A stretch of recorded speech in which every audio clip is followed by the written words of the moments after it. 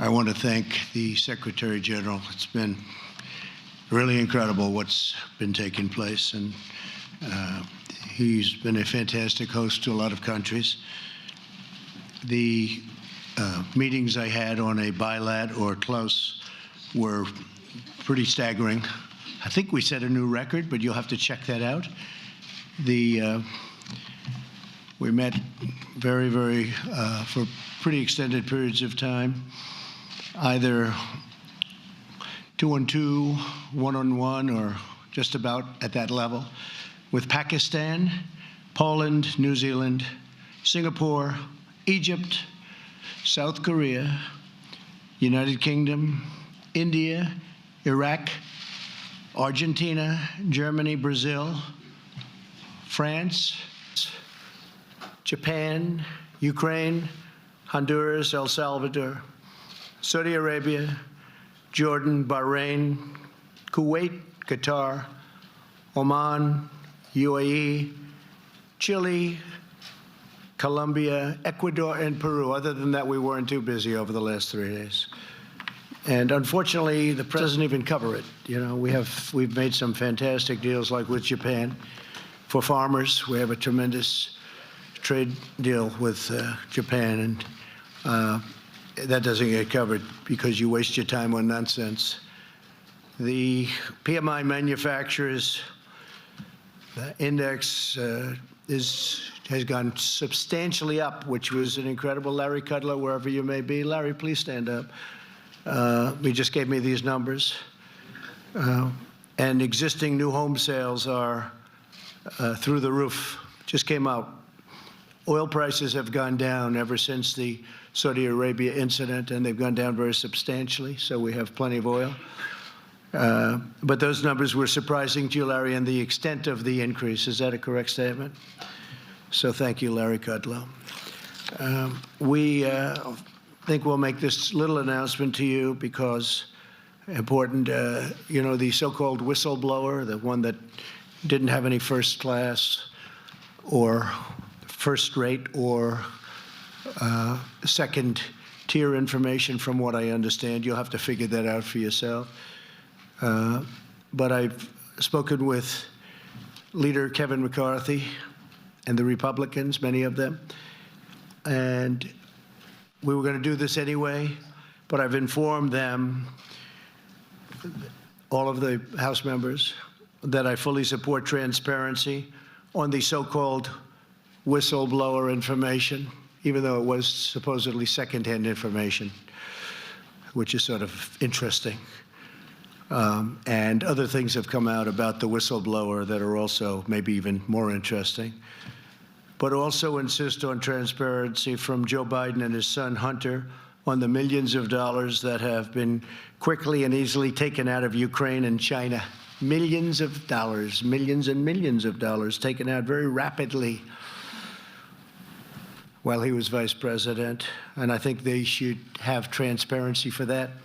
I've informed the leader about that. And additionally, I demand transparency from Democrats who went to Ukraine and attempted to force the new president, who I met and is an outstanding person, I just met a little while ago. Some of you were there. I think he's going to be outstanding. He got elected on the basis of corruption. He wants to end corruption in Ukraine, and I think that's great. But they went there and they wanted to force the new president to do things that they wanted under the form of political threat. They threatened him if he didn't do things. Now, that's what they're accusing me of, but I didn't do it. I didn't threaten anybody. In fact, the press was asking questions of the president of Ukraine, and he said, no pressure. I used the word pressure. I think he used the word push, but he meant pressure, but it's the same thing. No push, no pressure, no nothing. It's all a hoax, folks. It's all a big hoax. And the sad thing about this hoax is that we work so hard with all of these countries, and I mean, really hard. I've been up from early in the morning till late in the evening and meeting with different countries, all for the good of our country, and the press doesn't even cover all of this. And it's really disappointing also to those countries that are with us and spend so much time with us. So we want transparency. We've informed Kevin McCarthy about transparency, and we said vote for it. So I think you'll have close to 100% of the Republican votes, I hope. And they got almost no attention. But in May, CNN reported that Senators Robert Menendez, Richard Durbin, and Patrick Leahy wrote a letter to Ukraine's prosecutor general expressing concern at the closing of 4 investigations they said were critical. In the letter, they implied that their support for U.S. assistance to Ukraine was at stake, and that if they didn't do the right thing, they wouldn't get any assistance. Gee, doesn't that sound familiar? Doesn't that sound familiar? And Chris Murphy, who I've been dealing with on guns, you know, so nice. He's always, oh, no, we want to work it out. We want to work it out. But they're too busy wasting their time on the witch hunt. So Senator Chris Murphy literally threatened the president of Ukraine that if he doesn't do things right, they won't have Democrat support in Congress. So you're going to look all of this up. One other thing, I'm just going off certain notes and elements of what we've been doing over the last 3 days, but this just came up a few minutes ago. The Amazon Washington Post just put out a fake article that acting director of national intelligence, Joseph Maguire, who I've gotten to know, and he's a tough cookie, and I was surprised, I was shocked to hear this, was going to quit, blaming the White House for something that they wouldn't let him talk openly, freely. And I was shocked because I know Joe, and he's tough guy. And I was really surprised to hear he was going to quit. Before I could even either talk to him or talk to anybody else, he put out a statement. I didn't speak to Joe yet. But he said, at no time have I considered resigning my position. In other words, the story in the Washington Post was a fake.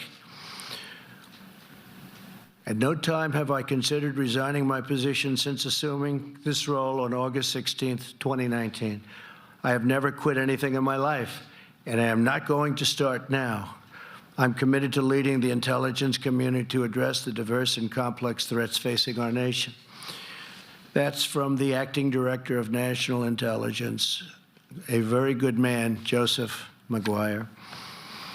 So we're having a great period of time. Our country is the strongest it's ever been economically. Our numbers are phenomenal. Wilbur, thank you, and Larry, everybody.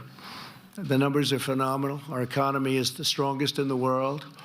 We're the largest economy in the world. Had my opponent won, we would be second right now, because China was catching us so rapidly, we would have been second by this time. And unless somebody does a very poor job as president, we're going to be first for a long way, because we've picked up trillions and trillions of dollars in value and worth of our country, and China has lost trillions and trillions of dollars and millions of jobs and their supply chain. And they want to make a deal. This year, America came to the United Nations stronger than we have ever been before. Since my election, the United States has not only brought our economy to a level that we have never seen, the most jobs that we've ever had. You know, you've heard me say it many times, African American, Asian American, Hispanic American, the best unemployment numbers we've ever had, and the most and best employment numbers, 160 million, very close to that number, in jobs. We've never been anywhere close. Wages are up, and inequality is down, something that people don't like writing about, but wages are up. I used to speak during the campaign, and I talk about wages where people were making less money 3 years ago than they were making 21 years ago, 22 years ago, and they'd have two jobs and 3 jobs. So when I say 3 years ago, I'm talking into the area sometime prior to the election. And they were doing very badly, and now, for the first time in many years, wages are up, and employment is up, and unemployment is down, and it's a beautiful thing to watch. In a week of active and ambitious diplomacy here at the United Nations, America renewed our friendships. We advanced our values greatly and made clear to everyone that the United States will always defend our citizens. To promote prosperity, I met with Prime Minister Boris Johnson at length of the United Kingdom, continuing our discussions on a magnificent new bilateral trade deal. So we'll see what happens with respect to Brexit, but I suspect we'll have a fantastic deal with the UK. It should be much bigger than it has been over the last number of years, over the last 20 years, frankly. It should be a much bigger deal. That's true with many countries. We're going to have much bigger trade deals with a lot of countries that have an opportunity to come, and they all want to do business with the United States, especially now. Earlier today, I stood alongside Prime Minister Abe of Japan, a friend of mine, a great gentleman, had a great re-election. And we signed a terrific new trade deal, which tremendously helps our farmers and ranchers and technology. The technology companies are really big beneficiaries. We also held very productive conversations with leaders of Pakistan, India, and many other nations on achieving stronger ties of fair and reciprocal trade. And with respect to Pakistan and India, we talked about Kashmir. And whatever help I can be, I said, I offered, whether it's arbitration or mediation or whatever it has to be, I'll do whatever I can, because they're at very serious odds right now, and hopefully that'll get better. You look at the two gentlemen heading those two countries, two good friends of mine. I said, fellas, work it out. Just work it out. Those are two nuclear countries. They've got to work it out. This week, we also made incredible strides on national security. With President Duda of Poland, we signed a joint declaration advancing defense cooperation. And crucially, Poland has agreed to put up 100% of the money, something I don't think you've ever heard said before. But they're going to put up 100% of the money of hosting additional U.S. military personnel that we'll be taking from various other countries. We won't have more over. We'll be moving them around. Poland is building us phenomenal new facilities. They're spending everything, and they're going to really do a job.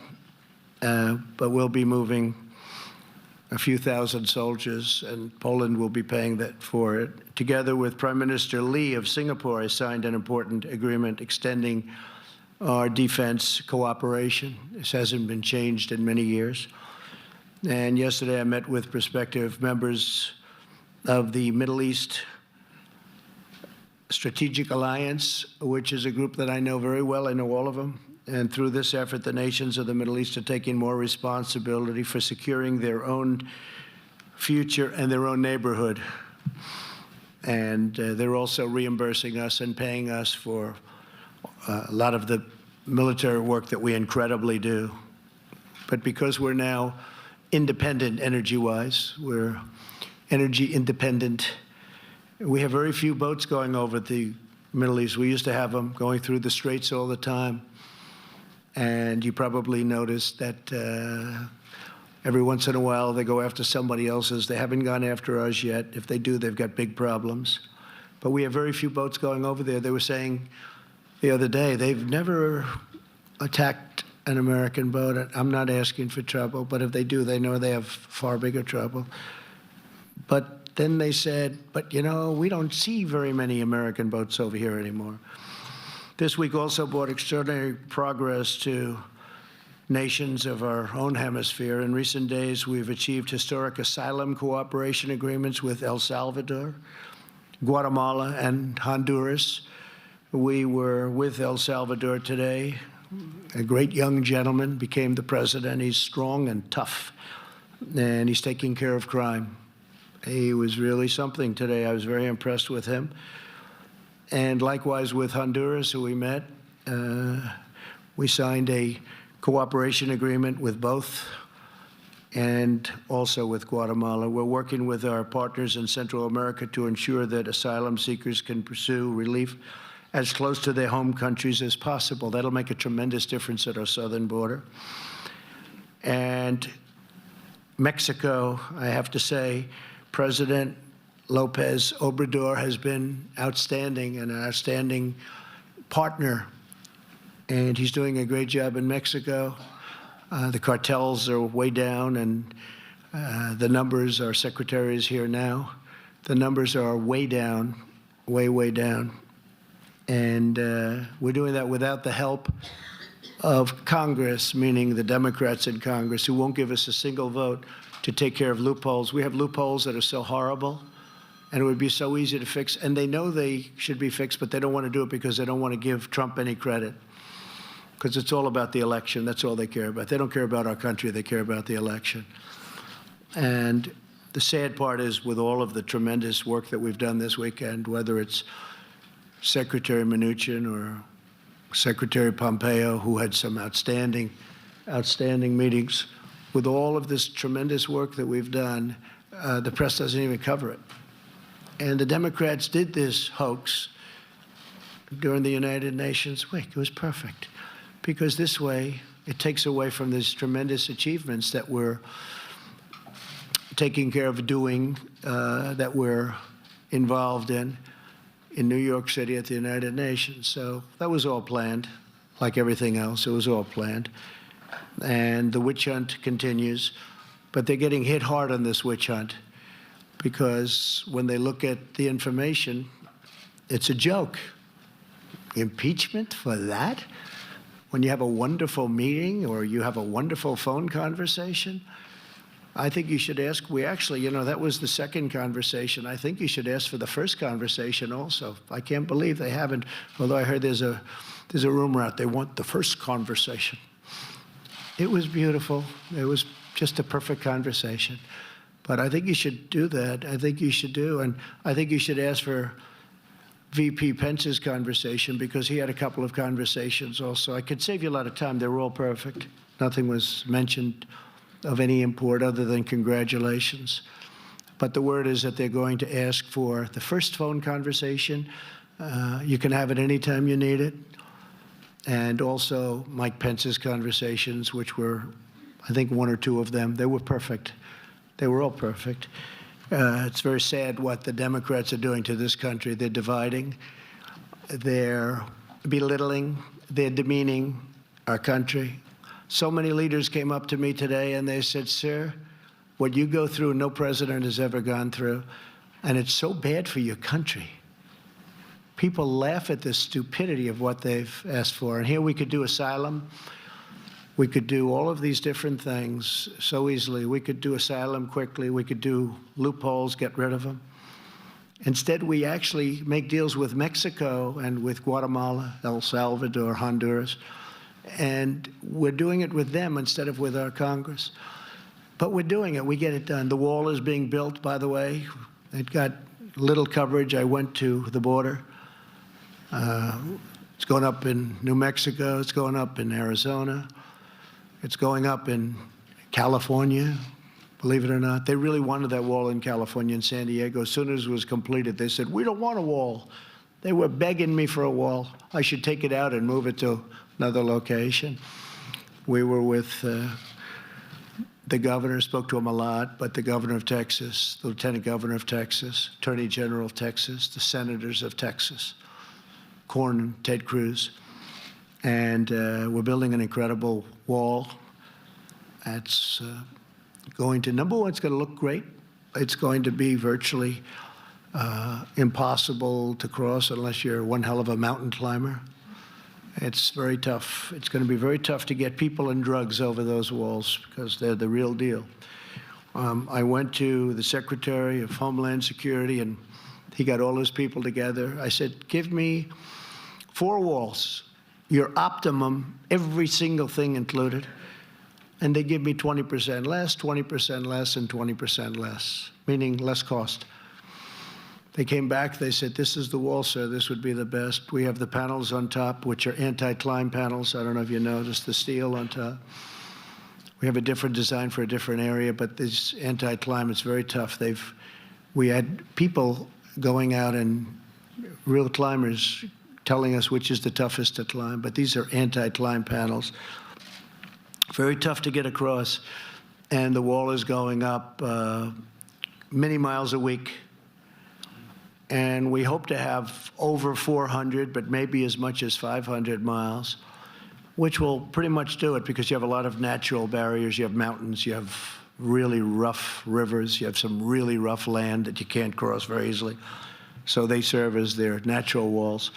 But we will have, we think, over 400, but we could even have 500 miles to combat the malice and corruption of both the Venezuelan and Iranian dictatorships.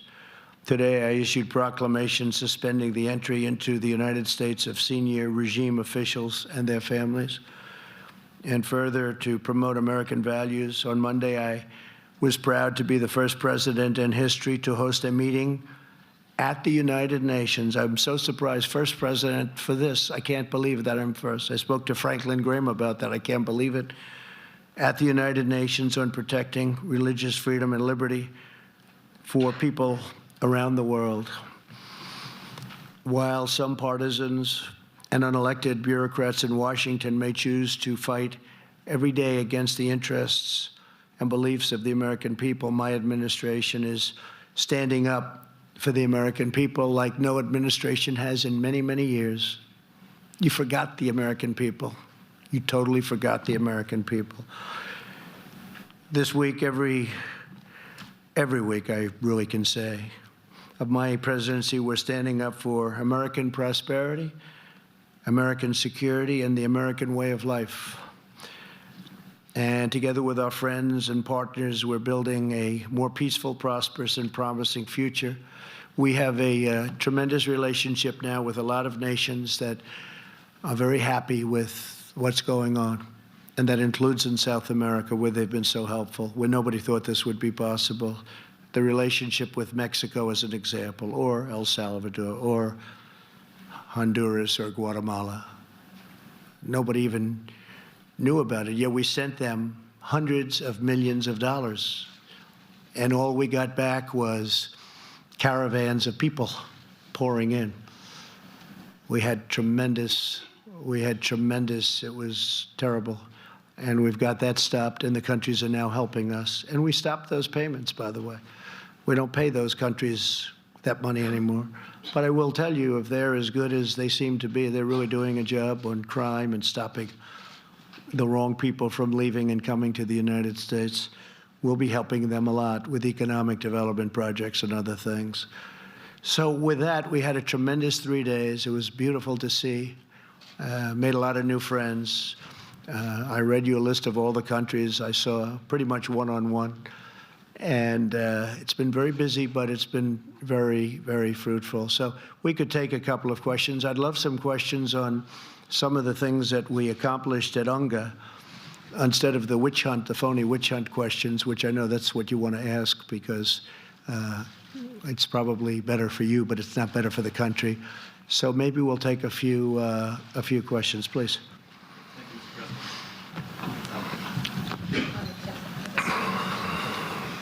Thank you, Mr. President. You've suggested that you didn't do anything wrong in the course of your conversations with the Ukrainian president. But can you explain to the American people why it is appropriate for an American president to ask a foreign leader for information about a political rival, and what you would have said if you discovered that Barack Obama perhaps had asked a foreign leader for information about you before you campaigned for the presidency? Well, that's what he did, isn't it, really, when you think about it? Look, that whole witch hunt was started, and hopefully that'll all come out. But there have been some fantastic books written that just came out, whether you look at Greg Jarrett or McCarthy's book that just came out recently, and so many other books. I mean, a lot of books are coming out. When you start reading those books, you see what they did to us. What they've done to this country is a disgrace. They've hurt this country very badly, and no other president should have to go through what I've gone through. The new president of Ukraine is looking to stop corruption. There's a lot of corruption going on, and there was corruption. I just told you about senators that threatened him with votes and no money coming into Ukraine if they do things. That's really what people are trying to say that I did, but the only difference is I didn't do it. You take a look at that call. It was perfect. I didn't do it. There was no quid pro quo, but there was with Biden, and there was with these senators. And they threatened. They said, you do this, you do that, we're not going to give you votes. That's the real deal. So we have an honest group of people that have been maligned, and it's a lot of people say I'll do even better. I'm very happy. Yesterday, I guess we had a 53 poll, and a lot of people say add 10 points to anything. Anybody voting for Trump, you can add, anytime you get a poll, you can add 10 points or 7 points or 6 points, take it any way you want. But I don't know if I consider that to be a compliment. But in one way, it is a compliment, and I guess that's what happened in the last election. Far more people came to vote than anybody thought possible. So why should the American people then be comfortable with an American president asking a foreign leader for information about an American citizen? Well, I think you can look at your senators, and you can look at Biden, and you can look at all these other people, but what we're looking for is corruption. An investigation started called the Russian witch hunt, affectionately, and it was a total phony scam. It was set up by people within the government to try and stop somebody from getting elected. And after that person, namely me, won, and convincingly won at 306 to 223 in the Electoral College, which, by the way, when you run a race, if you're running electoral, if you go by the college, Electoral College, that's a much different race than running popular vote. And it's like the 100-yard dash or the mile. You train differently. And I can't help it that my opponent didn't go to Wisconsin and should have gone much more to Michigan and Pennsylvania and other places, but that's the way it is. We won an election convincingly, and then you had the text message on, well, if she doesn't win, we've got an insurance policy. How bad was that? With the insurance policy, that's sort of what has been taking place over the last number of years, the insurance policy. Now, there are a lot of very dishonest people. We're the ones that played it straight. And you know what? The millions of people out there that are looking at what's going on, those people understand it. They see it, and they think it's disgusting. And our people are being hurt, and our country is being hurt. When a Nancy Pelosi allows her position to be taken over by radical far-left socialists, or worse, that's pretty bad. That's pretty bad, especially when the senators and all of these other people have actually done what they're accusing me of doing, which I didn't do. I'm going to have Mike Pompeo say a couple of words. I'm going to have Steve Mnuchin say a couple of words, and then we'll do a couple of more questions. Mr. President, I thought I'd start by talking about Iran. Okay, we're gonna break in right now. You just heard the president go on for about 20-25 minutes there, an unrepentant, in many ways untruthful president over the course of those last 20 minutes, talking about what has happened in the Ukraine investigation right now. Of course, in the wake of the release of that phone call with the Ukrainian president on July 25th, where the president clearly asked the Ukrainian president to investigate Joe Biden. The president said, and this is just not true, that's exactly what President Obama did when he asked others to look into his background. Of course, there's no evidence of that whatsoever. It is made up. The president called the Russian investigation a hoax that was designed to bring him down, when in fact what Robert Mueller found is a serious effort by the Russians to interfere in our election, to help Donald Trump. He documented contacts between the Trump administration and the Russians, and of course he documented many evidence of possible obstruction of justice by the president. The president also making claims about Joe Biden and his activities in Ukraine. No evidence, no investigators have come up with evidence to support that. I want to go to Mary Bruce right now as we wait to see if the president is going to come and take questions. Again, right there, Mary, that's the president's take on what's going on here. He says he wants to be transparent. He says he has sent up the whistleblower complaint. In fact, that has gone to Capitol Hill today in the wake of the release of this transcript of the phone call as well. But meantime, the news in that phone call has galvanized Democrats in this move for impeachment proceedings. George, this transcript, the White House version of this transcript, this summary that has come out is, as far as Democrats say, far worse than what they thought it could have been. For them, they say this is why, it proves why they made this decision, why Speaker Pelosi finally moved to launch impeachment. This proves for them why this was a game changer. Okay, let's go back to the questions. Let's talk about impeachment. Markets reacted positively after you spoke about China and that it would happen sooner rather than unexpectedly. Yet you have the foreign minister of China saying that they have no intention of, unseating the United States, and yet they're investing heavily in infrastructure and military. Not anymore, maybe. But what is And different maybe they this just say time? that, Christine. What is different this time, though? The fact that you're saying it's progressing. Oh, I just think it's progressing. I think they want to make a deal. They're losing their supply chain. Do you it's have getting something killed. specific?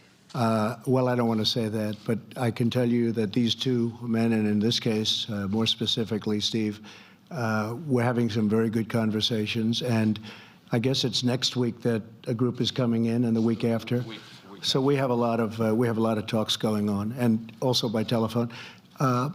They want to make a deal, and you know why they want to make a deal? Because they're losing their jobs, and because their supply chain is going to hell. And companies are moving out of China, and they're moving to lots of other places, including the United States. And that's not good. That's far worse than they thought. And by the way, in the meantime, we're taking in billions and billions of dollars in tariffs. We're taking in tremendous numbers in tariffs. And we're helping our farmers who got targeted. Now, by the way, China is starting to buy our agricultural product again.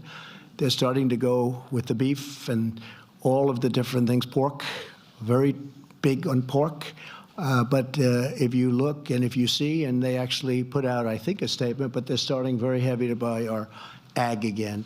No, they want to make a deal, and they should want to make a deal. The question is, do we want to make a deal? If USMCA doesn't pass through Congress, is that it for NAFTA? Well, that would be a shame. Well, I don't want to answer that question, but you know how I feel about NAFTA. I think NAFTA is the worst trade deal ever made, although I also happen to think World Trade Organization was not one of the greats, not one of the greats. That was the creation of China, which went like a rocket ship from the day they signed. It was terrible. But no, we're going to find out. That's going to be a very interesting question with Nancy and Chuck and all of these people focusing on the witch hunt because they can't beat us at the ballot. They can't beat us at the ballots, and they're not going to win the presidential. We're having great polls. We have internal polls that are fair. Ohio, Iowa, Pennsylvania's looking good. North Carolina, we just won 2 races that a lot of people we thought we were going to lose both those races. One was down 17 points 3 weeks before the race, and he ended up winning by a substantial margin, and Dan Bishop. And then we had a second race, as you know, and he was up 1 or 2 points, and he ended up winning by, 25 points or some incredible, I'll ask you folks, because I don't want to be inaccurate, otherwise I'll have a front page story. We have breaking news. Trump exaggerated, but he won by many, many points, and he was leading by maybe 2, maybe 3, but he won by in the 20s. So so we're looking great in North Carolina, looking great in Florida. And you had 1 or 2 congressmen, Democrats, saying, listen, we can't beat him at the election, so let's impeach him, right? Didn't you hear Al Green? That's a beauty. He's a real beauty, that guy. But he said very distinctively, it was all over the place. I don't know, they're trying to lose that tape, I guess. But he said, we can't, essentially, he said, we can't beat him, let's impeach him. That's pretty dangerous stuff. Steve, go ahead. Thank you, sir. You had expressed some concerns about the precedent of releasing the transcript. Yeah, I don't Why like did you it. go ahead and do it? Because I was getting such fake news, and I just thought it would be better. And now they're asking for the first phone conversation, and I'll release that too if it's important to you. But they're asking for, because I had a conversation on a previous election plateau that he had hit. The current president hit a couple of different plateaus, and I spoke to him previous to the call that we released, which was a very innocent call, very, very innocent, very nice call. And as he said, I wasn't pushed. I wasn't pushed, meaning pressured. He wasn't pressured at all. But I don't like the concept of releasing calls, because when a president or a prime minister or a king or a queen calls the United States, you don't like to say, gee, we're going to release your call to the fake news media, and they're going to make you look like a fool. What happens is it's hard to do business that way. You want to have people feel comfortable. So I hated it, but you folks were saying such lies, such horrible things about a call that was so innocent and so nice. In fact, Lindsey Graham said to me when he read it, it was very interesting. He's a good man. He's a smart man. He said, I can't believe it. I never knew you could be this really nice to a person. He said, I cannot believe it. You were so nice. I didn't think you had that in you to be so nice. I was nice. I'm nice to a lot of people. People don't understand that. But I was. But he was shocked that it was such a nice call. And he said, there is nothing here. And all fair people say the same thing. But I don't like the precedent, Steve. I don't like it where you're dealing with heads of state and to think that their call is going to be released. But I felt that, and, you know, we spoke to Ukraine about it. Mike actually called up his counterpart, and we spoke to Ukraine about it because we wanted, because it could have been, if they didn't want us to do it, we would not have done it. But he actually said that was a very innocent call. You can release it all you want. And are you now braced for a long impeachment saga? Well, I thought we won. I thought it was dead. It was dead. The Mueller report, no obstruction, no collusion. You look at all of the things that happened. Corey Lewandowski was fantastic the other day as a person that they have been tormenting. You look at all the people that they've tormented, all the legal fees. People came here with bright eyes. They wanted to make life so great for other people, and they left where they spent hundreds of thousands of dollars in legal fees that they didn't have. And it's a sad thing. What these Democrats have done to ruin lives is so sad. I have seen people with only good intention. They came to Washington because they wanted to make the United States and the world a better place. And they went home, they were dark. They got hit by Mueller subpoenas. I think there were 2,500 subpoenas or some ridiculous number. 500 people were interviewed, and yet they don't interview Joe Biden and his son. If you're a Democrat, you have automatic protection. That's years and years of people putting in certain people into positions. But when you look at all of the trauma that these fakers have caused, and the press, look, the press is, much of the press is not only fake, it's corrupt. These stories they write are corrupt.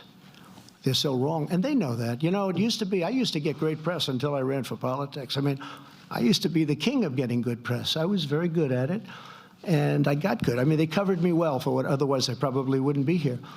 And once I ran, I said, boy, this is incredible. But if you see the way they treat my family, used to be treated great. My family works so hard. The people that work with me, these people, all of these people, they work so hard. They've done such a good, look, we have the greatest economy we've ever had. We have a military, $2.5 trillion. We've rebuilt our military. You don't hear the vets complaining. We got choice approved. It couldn't be approved. But when you see what happened with the viciousness, and when you see little Adam Schiff go out and lie and stand at the mic, smart guy, by the way, stand at the mic and act like he's so serious, and then he goes into a room with Nadler, and they must laugh their asses off. They must laugh their asses off. But it's so bad for our country. People have said, Rush Limbaugh, great man, Sean Hannity said it, a lot of people have said it, Mark Levin. They said they don't know of one man anywhere in the world with all the men they know, or woman, that could handle what I've had to handle. And I think that's true, but I handle it. To me, it's like putting on a suit. All right, how about one more question? Question on the economy. A question on the economy. Go ahead. Go ahead. Hi, Mr. President. VPI-TV from Venezuela, Caracas, Venezuela. Good, wow. Yeah. How are you doing? How are you doing over there? Pretty bad. Yeah, Our situation I would say is pretty bad, yeah. Sad. Yeah, but we are fighting. And it was one of the great countries, one of the richest countries, not so long ago, Yeah. 15 years ago. It's incredible. But we are going to make it. Right. I agree with that. And we're helping you. Yeah. We're helping you. Yeah, I know. And thank you. Go ahead. I have two questions to take advantage of this. Maduro traveled to Russia and Diosdado Cabello to North Korea, two of the most antagonist nations in the U.S. interests. What can be done to contain this? What are they looking for in that country? And because the special envoy, Mr. Abrams, said that the Russians are willing to negotiate it. This is one question. And the other, Mr. President, you say that the socialist is one of the biggest challengers. You said yesterday in the United Nations, but the region is far from safe. Maduro is still a dictator, full in power, and in Argentina and Brazil are under threat about the socialists and populists. Are you worried about it? Well, I just say that socialism will never happen in the United States, can't happen in the United States. And Venezuela, unfortunately, I have to use your country as the example of what socialism can do, how it can tear the fabric of a country apart. Because I know a lot about Venezuela. I've had many friends of mine come from Venezuela. They live, many in Miami, a certain section of Miami. I won't mention the name because they'll say I'm thinking about my business, and I'm not. But they are fantastic people, and they like your president. They voted overwhelmingly for me. They like what I'm doing for Venezuela. We have Venezuela very much in our hearts and very much in our sights, and we're watching it very carefully. And you know what I would say? We're giving millions and millions of dollars in aid, not that we want to from the Maduro standpoint, but we have to because on a humanitarian, people are dying. They have no food, they have no water, they have no nothing. They're dying, no medicine. The hospitals are closed or don't even have electricity. It's so sad to see. Let me just say that we have it under control.